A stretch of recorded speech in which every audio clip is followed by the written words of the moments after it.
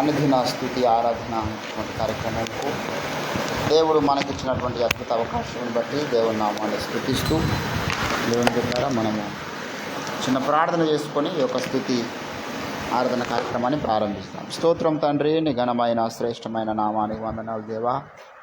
ఈ రాత్రికాల సమయంలో మీ సన్నిధానంలోనికి మమ్మల్ని అందరినీ కూడా లోకులు నా తండ్రి వ్యర్థమైన కార్యక్రమాలలో వారి యొక్క కాలము గడుపుచూ ఉంటుండగా నీ నామాన్ని బట్టి స్తుతించడానికి, ఆరాధించడానికి, నీ సన్నిధానములో సంపూర్ణ సంతోషమును పొందడానికి మీరు మాకు ఇచ్చిన ఈ మంచి తరుణం కొరకై నీ కోట్ల వందనాలు దేవా.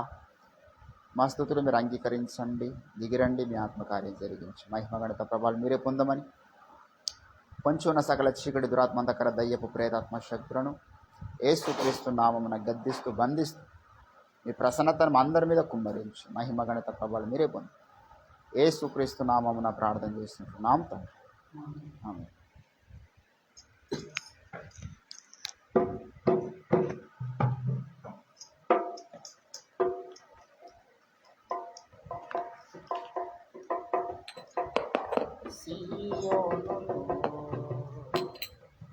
స్థిరమైన పునాది నీవు, సియోనులో స్థిరమైన పునాది నీవే నా జీవితము సమర్చుచున్నా,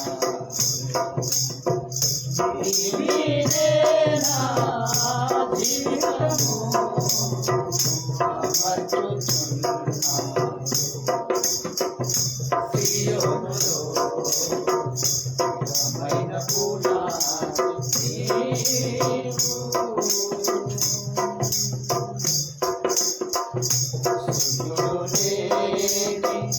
చంద్రుడు లేని చీకటి రాత్రులు లేని సూర్యుడు లేని చంద్రుడు లేని చీకటి రాత్రులు లేని ఆ దివ్య నగరిలో కాంతులను విరజిమ్మెదవా నా యేసయ్యా. దివ్య నగరిలో కాంతులను విరజిమ్మెదవా నా యేసయ్యా. సియోనులో స్థిరమైన పునాది నీవు,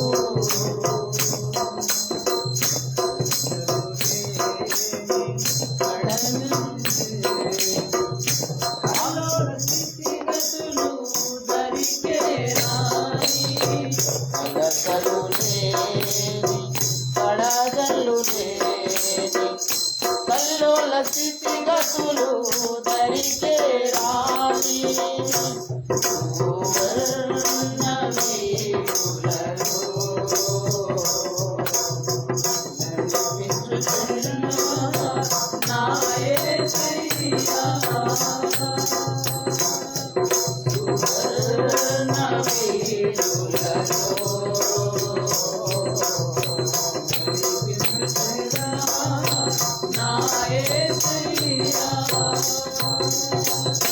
సియోనులో స్థిరమైన పునాది నీవు.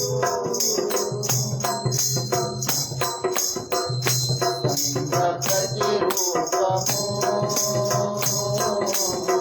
పరమ యెరూషలేము, సంప్రతి రూపము పరమ యెరూషలేము. సౌందర్య సియోనులో మనోహరమైన ముఖము దర్శించును. సౌందర్య సియోనులో మనోహరమైన ముఖము దర్శించును.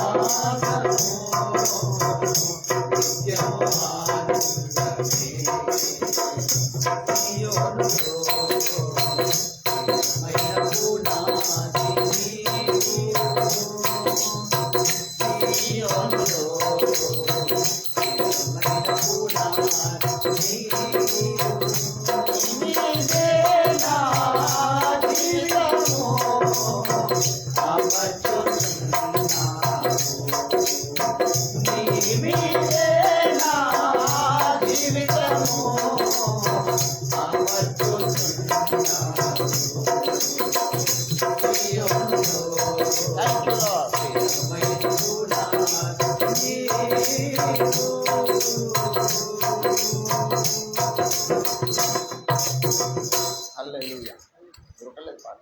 దేవుని నామం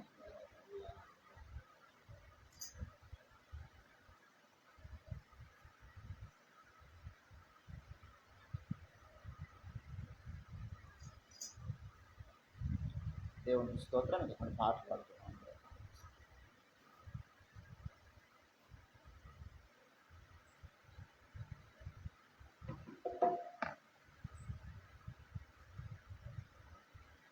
కలవరపడిని కొండల వైపు నన్ను లేకుదునా, కొండల వైపు నా కనులేతి కొదువతో నేను కుమిలెదనా, కొదువతో నేను కుమిలెదనా, నీవు నాకుండగా నీవే నా అండగా, నీవు నాకుండగా నీవే నా అండగా, నీవే నా నీవే నా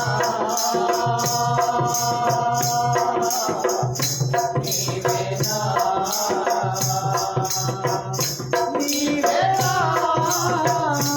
ఆత్మగా తీర్చిన వెంబడించిన అంతవు, నీవే నా ఆత్మగా తీర్చిన వెంబడించిన అంతవు, కలవరపడినే కొండల వైపు నన్ను లేకుదునా,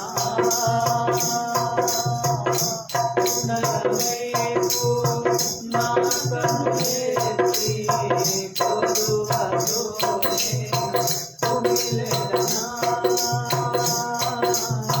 కొదువతో నేను కుమిలెదనా, సర్వకృపానిధివి సంపదల గనివి, సర్వకృపానిధివి సంపదల గనివి, సకలము సకలము సకలము సకలము చేయగలని వైవేనా, కన్నులెత్తి చూచెరా, సకలము చేయగలని వైవేనా, కన్నులెత్తి చూచెరా, కలవరపడినే కొండల వైపు నన్ను లేకుదునా, కొండల వైపు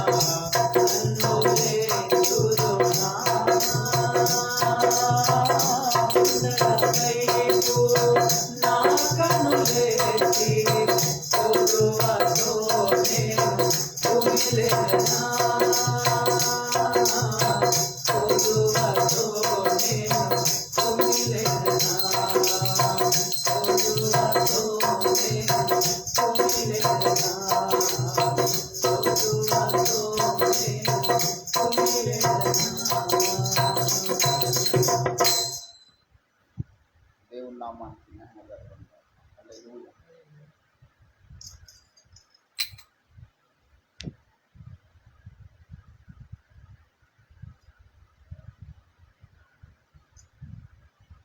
ఇహలోక బంధాలు మరచి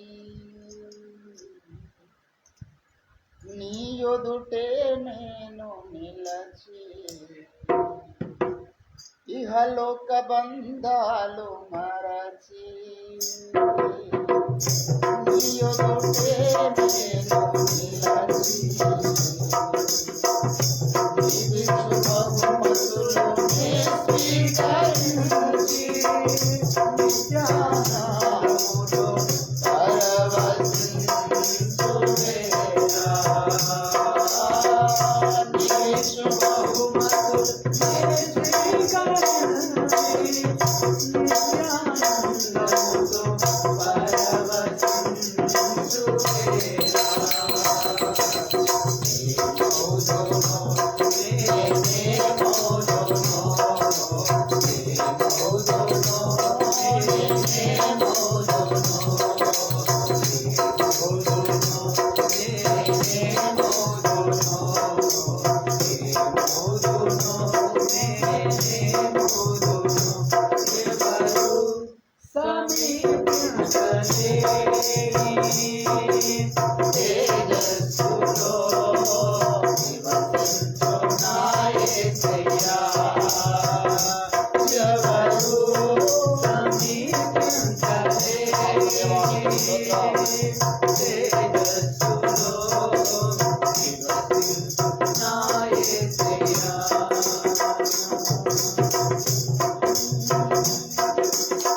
పరలోక మహిమను తలచి నీ పాద పద్మములపై ఒరిగి, పరలోక మహిమను తలచి నీ పాద పద్మములపై ఒరిగి, పరలోక దైవ సమూహాలతో కలిసి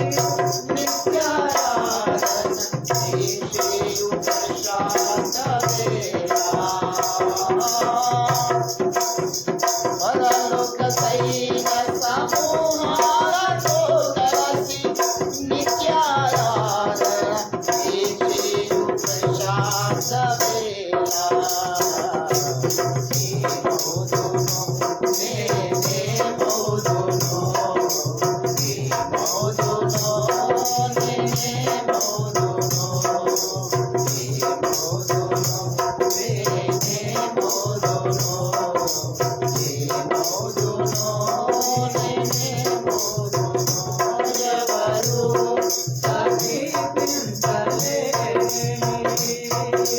తేజస్సులో నివసించునా యేసయ్యా, పూజిన వారితో కలసి నీ సింహాసనమునే చేరగా, పూజిన వారితో కలసి నీ సింహాసనమునే చేరగా, ఎవరికి తెలియని ఓ కొత్త పేరుతో నిత్య మహిమలు నన్ను పిలిచే ఆశుభవేళ, ఎవరికి తెలియని ఓ కొత్త పేరుతో నిత్య మహిమలు నన్ను పిలిచే ఆశుభవేళ,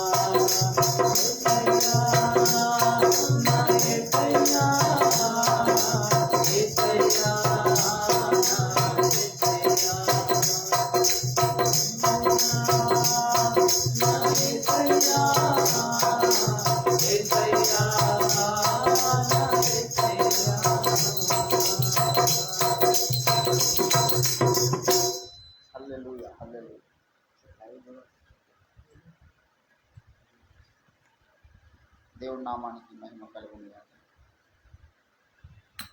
మరి దేవుడి నామాన్ని మన బాధ్యతని దేవుని బిడ్డారా పాటల సమయం చాలు. కొంత ఈరోజు ఆలస్యమైంది,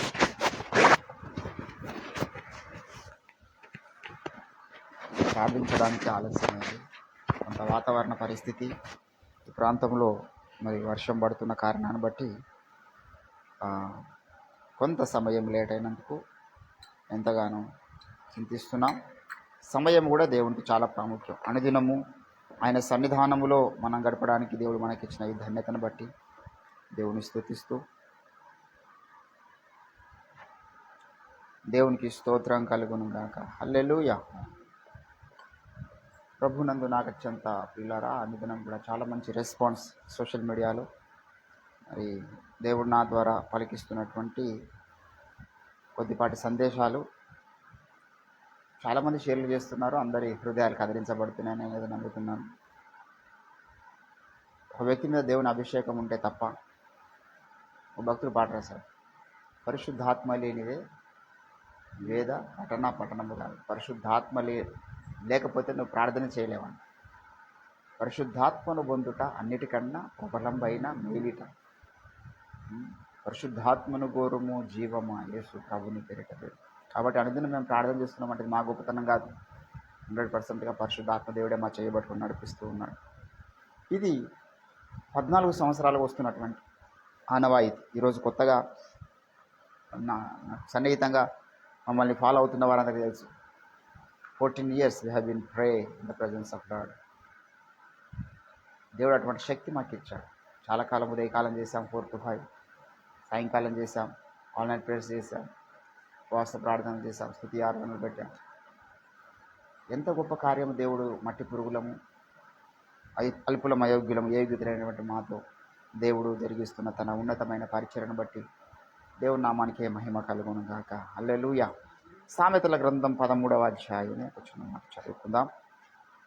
13వ అధ్యాయము 1వ వచనం. తండ్రి శిక్షించున్న కుమారుడు జ్ఞానము గలవాడు, అపహాసకుడు గద్దింపునకు లోబడడు. చదవబడిన లేఖన పరిశుద్ధ భాగమును దేవుడు మన వినికిడిలో పాలింపచేయునుగాక. ప్రభునందు నాకు అత్యంత ప్రియులారా, చదవబడిన లేఖన పరిశుద్ధ భాగము మనకు ఒక విలువైన సందేశాన్ని సొలొమోను జ్ఞాని ద్వారా దేవుడు మనకు తెలియజేస్తూ ఉన్నాడు. ఏందయ్యా మాట అంటే, తండ్రి శిక్షించిన కుమారుడు అనేటటువంటిది ఒకటి కనబడతావు. తండ్రి శిక్షించిన కుమారుడు. శిక్షణ అనేటటువంటిది 2 రకాలుగా చెప్పుకోవచ్చు. శిక్ష వేరు, శిక్షణ వేరు. శిక్షణ అంటే తర్ఫీదు, ట్రైనింగ్, దాన్ని ఏమంటామంటే శిక్షణ. శిక్ష అంటే పనిష్మెంట్. శిక్ష అంటే పనిష్మెంట్, శిక్షణ అంటే ట్రైనింగ్, తర్ఫీదు. ఇక్కడ ఏమంటుందంటే తండ్రి శిక్షించిన కుమారుడు. దేవుడు చాలాసార్లు మనకు చాలా విషయాలను బట్టి ఆయన గద్దిస్తాడంట. ఏంటంటే హెబ్రీలకు రాసిన పత్రికలో మళ్ళీ అదే వచనాన్ని ఎత్తి చూపి అపోస్తలుడైనటువంటి పౌలు భక్తులు ఏమంటాడో తెలుసా? 12వ అధ్యాయము దయచేసి 5వ వచనం. నా కుమారుడా, ప్రభువు చేయు శిక్షను తృణీకరించకుము, ఆయన నిన్ను గద్దించినప్పుడు విసుకకుము. ప్రభువు తను ప్రేమించు వారినే శిక్షించి తాను స్వీకరించు ప్రతి వారిని దండించును అంటున్నాడు. ఏంటండి దేవుడు ఏం చేస్తున్నాడంట? ఏం చేస్తున్నాడు దేవుడు? ప్రభు చేయు శిక్ష నువ్వు తృణీకరించొద్దు. చాలామంది అంటే తృణీకరిస్తున్నారు. దేవుడి శిక్ష నాకు అవసరం లేదు. కానీ ఒక భక్తుడు ఉన్నాడు బైబిల్లో. ఈయన ఏమంటాడంటే, దావీదు, నన్ను కొంతమంది కొట్టడము, తిట్టడము నాకు ఆశీర్వాదం అనుకున్నాడండి. ఎవరు వాళ్ళు? అభిషిక్తులు. ఏంటండి? యెహోవా చేత అభిషేకం నొందిన వారు నా కొట్టుట నాకు తైలాభిషేకం అంటాడు. 5వ వచనం 141వ కీర్తన. నీతిమంతులు నన్ను కొట్టుట నాకు ఉపకారం. ఏంటంటే ఇప్పుడు ఈరోజు ఎవడన్నా నా జోన్లో ఉన్నాడా? పాస్టర్ గారండి దయచేసి నేను తప్పు చేస్తానంటున్నా, నాకు 2 దెబ్బలు, చంప దెబ్బలు వేయండి అనేవాడు ఎవరు ఉన్నాడా? స్కూల్లో పిల్లల్ని ఏం చేసినప్పుడు పిల్లలు చదవకపోతే తల్లిదండ్రులే పోయి చెప్తారు, బాబు మేడం మా బాబు చదువుతలేడు, కొంచెం వాడిని గద్దించండి. టీచర్లు పిల్లల్ని కొట్టిరంటే పెద్ద బాధపడద్దు. పిల్లల్ని టీచర్లు కొట్టాలి. బెత్తము వాడని తండ్రి తన కుమారునికి విరోధి అన్నాడు. టీచర్లు బెత్తం వాడాలి, తండ్రులు బెత్తం వాడాలి. ఇక్కడ దావీదు ఏమంటుందంటే, నాకు దైవజనులు బెత్తం వాడాలి నా మీద. నా తల్లి నన్ను కొడితే పెద్ద, నా పిల్లల్ని నేను వస్తూ కొడతా, అల్లరి చేస్తే కొడతా, స్కూల్కు పోమంటే కొడతా, లేకపోతే ఎన్నో కారణాలను బట్టి కొడతా ఉంటాము. మా డాడీ మమ్మల్ని కొడుతుండగా అని చెప్పేసి వాళ్ళు విడిచిపెట్టి వెళ్ళిపోరు. ఎంత కొట్టినా క్షణంలోనే మర్చిపోతారు వాళ్ళు. మరి పాస్టర్లకు, భక్తునికి, సేవకులకు, విశ్వాసులకు ఇటువంటి కమ్యూనికేషన్ ఉండాలంట. నీతిమంతులు నన్ను కొట్టుట నాకు ఉపకారము, వారు నన్ను గద్దించుట నాకు తైలాభిషేకము, నేను వాటి అభిషేకమును త్రోసివేయకుందునుగాక అన్నాడు. ఏంటండి దావీదు ఎంత ఉన్నతమైన స్టేటస్లో ఉన్నాడో గమనించండి. ఆయన కూడా చాలా మరి గురువుల దగ్గర పెరిగినటువంటి వ్యక్తి కదా దావీదు. బాల్యం నుండి నీవే నాకు బోధకుడవై ఇంటివి అంటాడు. బాల్యం నుండి యెహోవా ధర్మశాస్త్రమందు ఆయన కొనసాగినటువంటి వ్యక్తి దావీదు. గొర్రెలు మేపుకున్నప్పటికీ ఆయన ఒక పద్ధతి గల మంచి ప్రార్థన పరులైనటువంటి తల్లికి పుట్టినవాడు. నా తల్లి నాకు ఎన్నో ప్రార్థనలు నా కొరకు చేసింది అంటాడు దావీదు. నీ సేవకురాలి కుమారుడు నీ సేవకురాలి కుమారుని జ్ఞాపకం చేసుకుంటాడు దావీదు అనేక స్థలాలు. దేవుని బిడ్డలారా, దావీదు వాళ్ళ తల్లి మంచి సేవకురాలు. ఆమె బాల్యం నుంచి చాలా మంచి బోధలు పెంచింది. అప్పుడు బాల్యంలో ఉన్నప్పుడు, యవ్వనంలో ఉన్నప్పుడు ఆయన కొంతమంది సేవకులు గద్దించారు, కొట్టారు, శిక్షించారు. అవన్నీ భక్తుడు అంటే ఒట్టే తయారు కాడండి. శ్రేష్ఠ భక్తుడు ఒట్టిగా తయారవుతారా? ఆ వ్యక్తి నా దగ్గరకు వచ్చి, దేవుడు నన్ను తన పరిచయ కొరకు వాడుకోవాలి బ్రదర్, ప్రార్థన చేయండి, నేను కూడా ఉపవాసం ఉండి కన్నీరు గారుస్తూ ప్రార్థన చేస్తున్నా అన్నాడు. చాలా సంతోషం బ్రదర్, ఎక్కడ మిమ్మల్ని దేవుడు వాడుకోవాలని ఆశపడుతున్నామని నేను అన్నాను. అంటే మా ఊర్లో వాడుకోవాలని ఆశపడు. మీ ఊర్లో నిన్ను దేవుడు ఎందుకు వాడుకుంటాడు? అసలు అబ్రహాంలాగా వాడుకోవాలంట. విని అబ్రహాంను తన ఊర్లో వాడుకోలే. అబ్రహాము నీతికి వారసుడు కావాలంటే, అబ్రహాంలాగా దేవుడు నిన్ను వాడుకోవాలంటే ముందుగా నువ్వు నీ ఉన్న ఊరిని విడిచిపెట్టాలి. అబ్రహాంకి ఏంది? నువ్వు ఎన్ని ప్రార్థనలు ఉన్నూరు నుండి చేసినా లాభం లేదు, ఎన్ని ఉపవాసాలు ఉన్నా లాభం లేదు, ఎంత కన్నీరు గార్చినా లాభం లేదు. ఎందుకు? అబ్రహాం నీతికి నువ్వు వారసుడు కావాలంటే, అబ్రహాం ఏ రీతిగా అయితే తన స్వజనుడు గ్రామాన్ని విడిచిపెట్టి వెళ్ళిపోయినాడో అట్లా నువ్వు వెళ్ళగలగాలి. ఆ మాత్రం డిటాచ్మెంట్ లేని వాడిని దేవుడు ఎట్లా వాడుకుంటాడండి? దేవుడు వాడుకోవాలంటే ఒకటి నువ్వు 4 కన్నీరు బొట్లు అర్థంగా నేను అభిషేకించి ఇక నువ్వు గొప్ప ప్రపంచ స్థాయిలో వాడుకుంటాడా దేవుడు?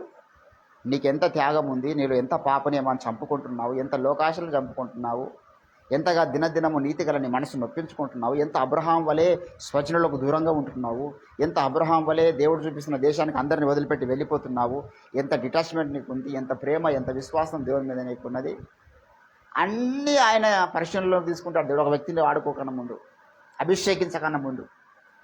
నన్ను దేవుడు అబ్రహాంలా వాడుకోవాలంటున్నాడు ఆ బ్రదర్ నా దగ్గరికి వచ్చి. ఎక్కడ? వాళ్ళ ఊరిలోనంట. ఇది వాక్య విరుద్ధము, దేవుని ప్రణాళిక విరుద్ధము. ముందు నీ ఇక్కడి నుంచి బయలుదేరిన ఆయన అంటాడు దేవుడైనా నేనైనా అదే అంటాడు. ప్రవక్త తన స్వదేశమందు తప్ప ఎక్కడ ఘనహీనుడు కాలేడు అన్నాడు యేసు ప్రభుల వారు. కొంతమంది దైవజనులు ప్రత్యేకంగా వాడబడి ఉండొచ్చు వారి స్వగ్రామాలలో మంచి సాక్ష్యం కలిగి, కానీ చాలా మట్టుకు మరి అబ్రహాం నీతికి వారసులు కావాలంటే నువ్వు ఇంకో స్థలానికి వెళ్ళాలి. ఆ స్థలంలో కూడా ఇంకా అక్కడి నుంచి ఇంకో స్థలానికి వెళ్ళాలి. మీరు బూది గంతముల వరకు నాకు సాక్షులై ఉంటానని ఒక స్థలంలో అసలు మనం ఊరెడుకుండా నువ్వు ఊళ్ళో వాడబడాలనేటటువంటిది దేవుని యొక్క ప్రణాళికకు వ్యతిరేకమైనటువంటి చర్య. దేవుని బిడ్డలారా, ఇక్కడ దావీదు భక్తునికి సావుకులు గద్దిస్తున్నారు, వాళ్ళు నన్ను కొడుతున్నారు, వారు నన్ను కొట్టుట నాకు తైలాభిషేకము. ఏంటండి ఈరోజు చిన్న గద్దింపుకే ఎంతోమంది సావుకులను విడిచిపెట్టి మూతి ముడుచుకొని మరి వెళ్ళిపోయే వాళ్ళు ఎందరో ఉన్నారు. నీ ముఖము చిన్నబుచ్చుకొనేలా అంటాడు యేసు ప్రభుల వారు నిండు యవనస్తునికి. నువ్వు ధనాన్ని ప్రేమిస్తున్నావు కదా, నీకున్న సమస్తాన్ని విడిచిపెట్టి నన్ను వెంబడించమంటే అది ఒకటి కష్టమైంది. వాడిని అన్నీ చేస్తున్నాడు, కానీ నీకున్న సమస్తాన్ని విడిచిపెట్టమనగానే వాడు ముఖం చిన్నబుచ్చుకొని వెళ్ళిపోయినంట. ఏది విడిచిపెట్టా దేవుడు నన్ను వాడుకోవాలి. దేవుని దగ్గరికి వచ్చినప్పుడు అన్ని విడిచిపెట్టి వచ్చిన వారికి దేవుడు మళ్ళీ ఇక్కడ ఏం చేస్తాడనమాట, శిక్షిస్తాడు. చాలా కాలం వారికి అన్ని కోణాల్లో శిక్షిస్తాడు, పరీక్షిస్తాడు. అందుకే మరి బాల్యం నుండి దైవజనుడిని అభిషిక్తులు అపోస్తులు అద్దంకి రంజితోఫర్ గారిని దేవుడు ఎంతగా శిక్షించడం మనం ఊహించలేం. కానీ చాలా కాలం అయిన తర్వాత ఆయన ఒక పాట రాశాడు, మేలాయను ప్రభు గాయపడుటని దాసునికెంతో మేలాయను ప్రభు. గాయపడడం మేలైందంట. ఏం గాయం? మేలు అంటే ప్రతి గాయము పరిశుద్ధత పెంచింది అన్నాడు. మరి తేటగా నేను సిలువను చూడగలిగినాను అంటాడు. దేవుని బిడ్డలారా, భక్తులంటే ఏ గద్దింపు నాకు ఉండొద్దు, ఎవ్వరు నాకు ఒక మాట అనొద్దు, నాలో ఈగో ఫుల్ ఉంది, నన్ను ఎవరు ఒక మాట అన్న హట్ అవుతానేమో, వాళ్ళు ఎవరు నాకు అనేది, నా మీద ఎవరు పెత్తనం ఉండదు, నాకు రిస్ట్రిక్షన్స్ ఉండదు అన్నోడు ఎవ్వడు వాడబడాడండి. అది పెద్ద గుడ్డుసున్నా. చాలా నియమాలు తోడు పెడతాడు నేను వాడుకోవాలంటే, చాలా రిస్ట్రిక్షన్స్ పెడతాడు, చాలా నలగొడతాడు, నీలో ఉన్న అహమును చాలా చంపడానికి ప్రయత్నం చేస్తాడు. నీ స్వచిత్తాన్ని సిలివేసుకునే విధంగా నేను అన్ని కోణాల్లో దేవుడు పరిశీలన చేస్తాడు. తండ్రి శిక్షించిన కుమారుడు జ్ఞానం గలవ. ఒకటేనా వస్తుందా జ్ఞానం? ఏ శిక్ష లేకుండా జ్ఞానం వస్తుందా నీకు? నువ్వు జ్ఞానవంతుడు కావాలి. జ్ఞానంలో పరాకాశ స్థాయికి, క్రీస్తును పోలినటువంటి స్థాయికి నువ్వు వెళ్ళాలంటే శిక్షను ప్రేమించాలి. అందుకే అంటాడు, శిక్షను ప్రేమించు వారందరూ ఎవరంట? ఏంటండి?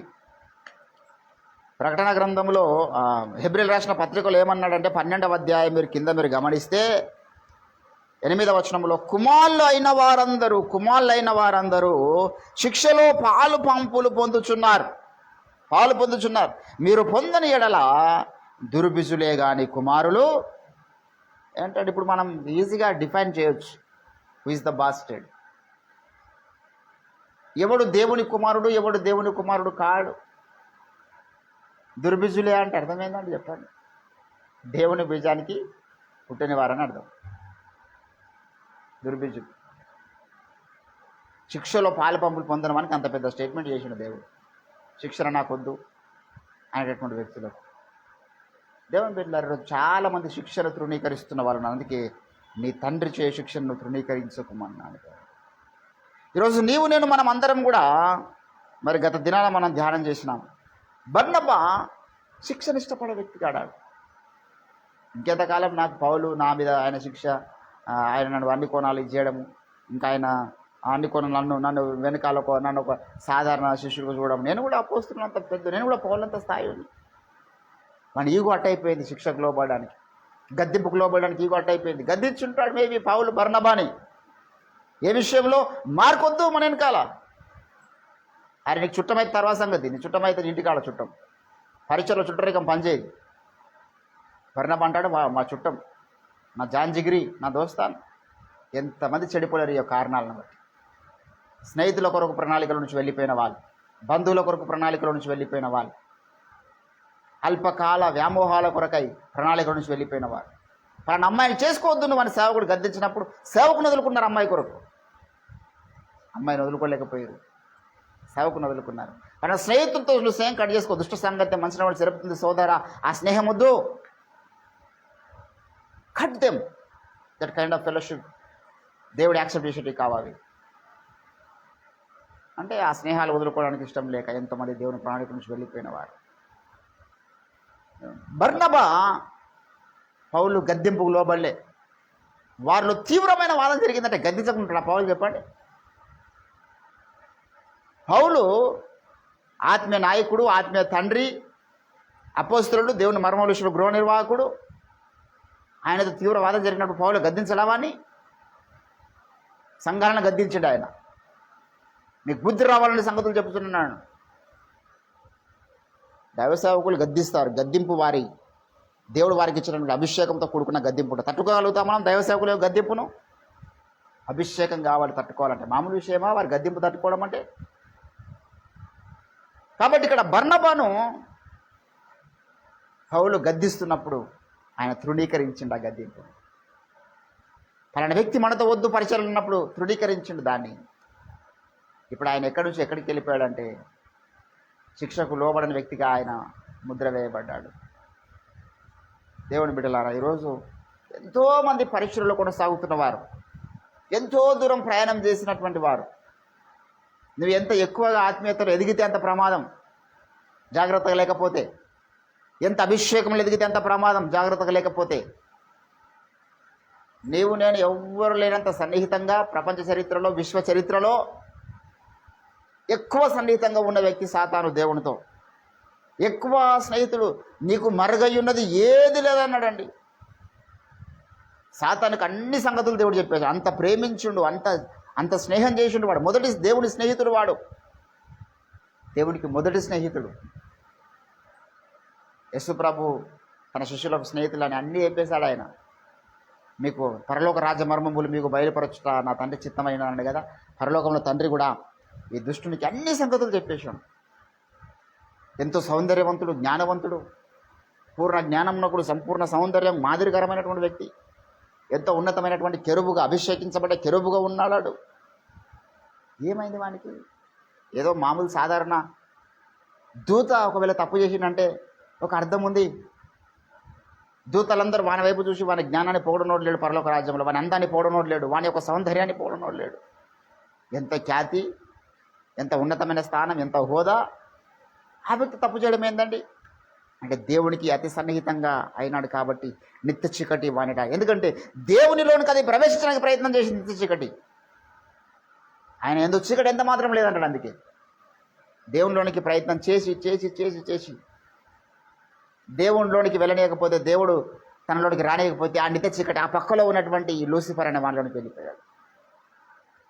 దేవునిలోనికి రావడానికి ప్రయత్నం చేస్తున్నాడు ఆ నిత్య చీకటి. నేను ఆహ్వానిస్తే నేను కూడా దేవుని అంతటా అయిపోతాను అనుకునే వీనికి దురాశను పుట్టించినాడు. ఆ యొక్క ఎఫెక్ట్, ఆ యొక్క నిత్య చీకటి యొక్క ఎఫెక్టు ఈ లూసిఫర్ మీద పడి వాళ్ళ దురాశ పుట్టింది.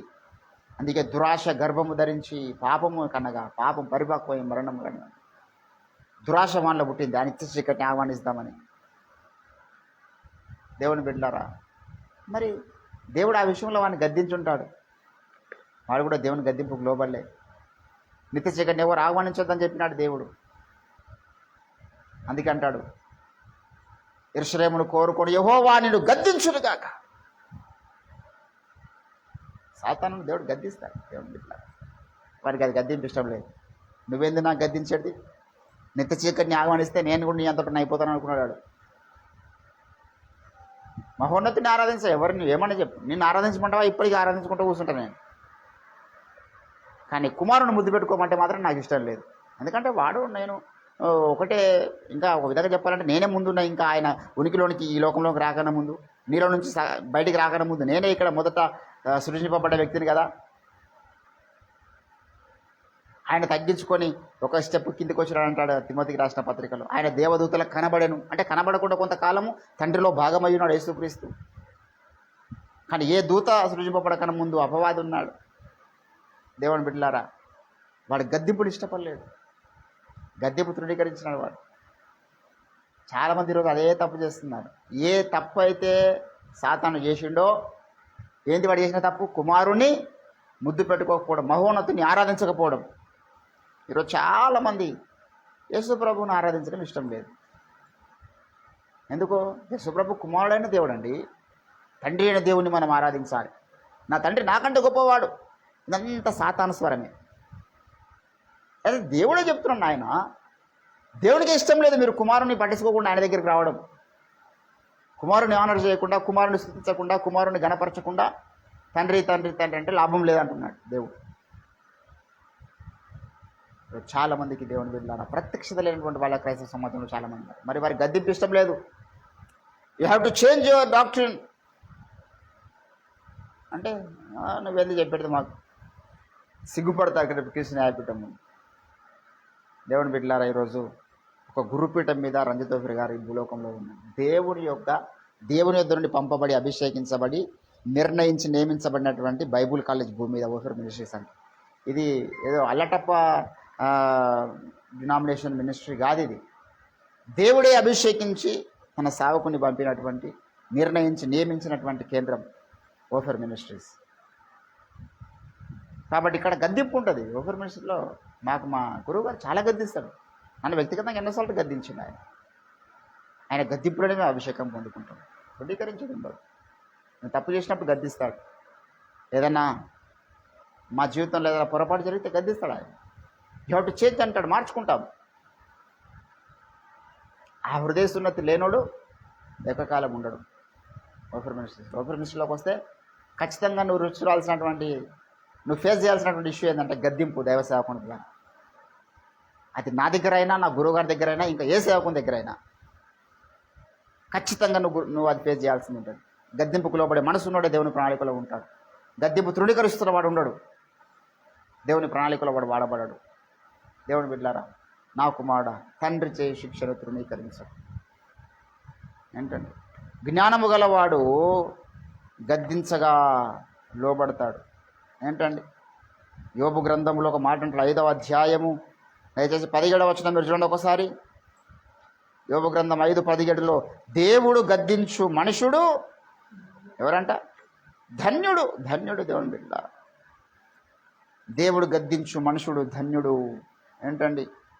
3వ అధ్యాయం సామెతల గ్రంథము 12వ వచనంలో మీరు గమనించినట్లయితే 11, 12 వచనాల్లో 3వ అధ్యాయం, నా కుమారుడా యెహోవా శిక్షను తృణీకరించవద్దు, ఆయన గద్దింపును విసుకవద్దు. తండ్రి తనకిష్టులైన కుమారులను గద్దించు రీతిగా యెహోవా తను ప్రేమించు వారందరిని ఏం చేస్తున్నాడు? గద్దిస్తున్నాడు. జ్ఞానము కలిగి ఏం చేయడు? జ్ఞానము సంపాదించువాడు ధన్యుడు. వివేచన కలిగిన నరుడు. ఈ గద్దింపు దేవుంది అనుకున్నప్పుడు మనం సైలెంట్గా లోబడాలి. Simply we should obey. ఎక్కువ మాట్లాడొద్దు. అక్కడ దైవసేవకులు గద్దిస్తున్నప్పుడు లోపట నలిగిపోయి ములిగి హట్ అయి మరి మనసును గాయపరచుకోవడం కూడా సాతాను లక్షణమే. టేక్ ఇట్ ఈజీ తీసుకోవాలి, దాంట్లో పాఠం నేర్చుకోవాలి. అయ్యో నాకు ఇంత పెద్ద మాటనే కదా అని దాన్ని ఎక్కువ కాలం మనము పెట్టుకోవద్దు. కొంతమంది ఆ రీతిగానే పెట్టుకుంటారు, అది కూడా చాలా డేంజర్ అండి. కొంత ట్రాష్ అనేటటువంటిది ఉంటుంది. చెత్తను ఫర్ ఎగ్జాంపుల్ ఇప్పుడు మీ ఇంట్లో చెత్త ఉన్నది, అది ఒక రోజుకే వాసన లేస్తుంది, ఒక రోజుకే దానికి ఏం చేయాలి, తీసుకుపోయి బయట పడేసేయాలి. నీకు టైం దొరకలేదు, 2 రోజులు 3 రోజులు 4 రోజులు 10 రోజులు అయిందనుకో, నువ్వు ఇంట్లో ఉండలేవు. చెత్త ఎంత ఎక్కువ కాలం నీలో పెట్టుకుంటే అంత ప్రమాదం. వెంటనే చెత్తను బయటికి పడేసేయాలి, చెత్తను వెంటనే తృణీకరించాలి. మనిషి ఉన్నప్పుడు దైవ సేవకులు గద్దించినప్పుడు ఆ గద్దింపును బట్టి మనం నొచ్చుకున్న మారుమనసు పొందాలి. మళ్ళీ దైవ సేవకుల మీద అదే ప్రేమను స్థిరపరచుకోవాలి.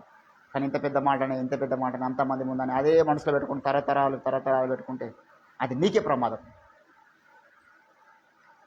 ఏంది, మా అమ్మ నాన్న కొట్టారా? మా అమ్మ నాన్న చాలా కొట్టేది చిన్న ఉన్నప్పుడు. మా అమ్మ నాన్న చాలా కొట్టేది. స్కూల్ వెళ్ళకపోతే మా అమ్మ కొడుతుండే నాకు. చాలా పెద్ద అయిన దాకా మా అమ్మ కొట్టింది. అయినా ఇప్పటికి నాకు దేవుని తర్వాత ఎక్కువ మా అమ్మనే ప్రేమించింది. ఎందుకు? మా అమ్మ నన్ను కొట్టినప్పుడు ఆమె నేను తప్పు చేస్తే వచ్చి కొట్టొచ్చాననుకుంటే తప్పితే మా అమ్మ మీద నాకు ద్వేషం లేదు. నిజమైన ఆత్మీయ కుమారులు అట్లుంటారు. సేవకులు గద్దించినప్పుడు, సేవకులు హెచ్చరించినప్పుడు, ఆత్మీయ తండ్రులు గద్దించినప్పుడు, అందుకే అంటాడు చివరిగా మాట చూద్దాం హెబ్రీ పత్రికలో. ఈ సందేశం అంతా అక్కడ చెప్పేస్తాడండి. హెబ్రీ రాసిన పత్రికలో దయచేసి 12వ అధ్యాయము మీరు చూస్తే 9వ వచనం, మరియు శరీర సంబంధులైన తండ్రులు మనకు శిక్షకులై ఉండిరి, వారి యందు భయభక్తులు కలిగి ఉంటుంది.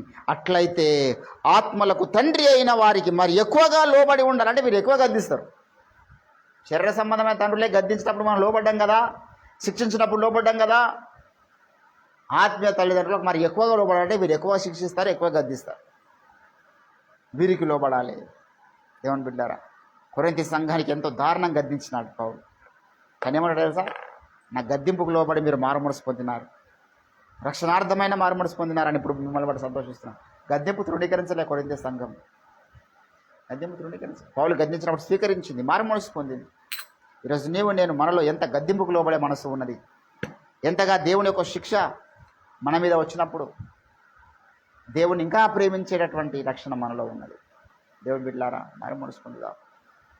ఈ అనవసరమైన ఈగోస్ వల్ల, స్వచిత్తం వల్ల, అహము అనేటువంటి నశించకపోవడం వల్ల చాలామంది అభిషేకాన్ని పొందుకోలేకపోతున్నారు.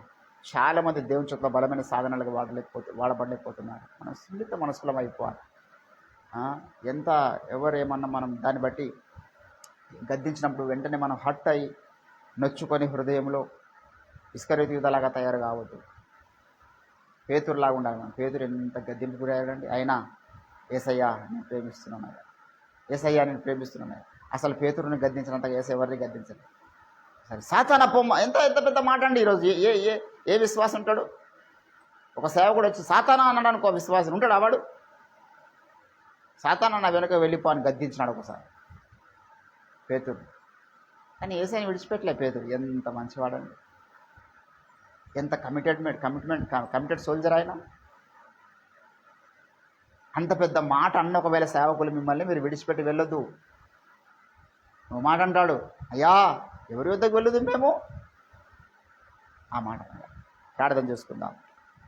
దేవా, మా జీవితంలో కూడా మమ్మల్ని ప్రేమించి ఆత్మీయతలో పెంచుతున్న దైవ సేవకులు మమ్మల్ని శిక్షించినప్పుడు, గద్దించినప్పుడు, హెచ్చరించినప్పుడు, మేము చేస్తున్న తప్పుల్ని ఖండించినప్పుడు మేము వారి మీద ఇంకా స్థిరమైన ప్రేమను స్థిరపరచుకోవాలి తప్పితే మేము అహము దెబ్బతిని సేవకుల్ని విడిచిపెట్టి వెళ్ళిపోవడం మా భ్రష్టత్వానికే కారణమని అనేకులు ఆ రీతిగా వెళ్ళి భ్రష్టులు అయిపోయినారని మీరు మాతో మాట్లాడిన ప్రతి మాట కొరకు మేము వందనాలు. దైవ సేవకుని గద్దింపిష్టం లేక ఈరోజు చాలామంది మినిస్ట్రీని విడిచిపెట్టి వెళ్ళిపోయినారు. ఈరోజు లోక సంబంధులుగా మారినారు, భ్రష్టులుగా మారినారు, లోక వ్యసనాలకు బానిసలైపోతున్న వారు ఉన్నారు.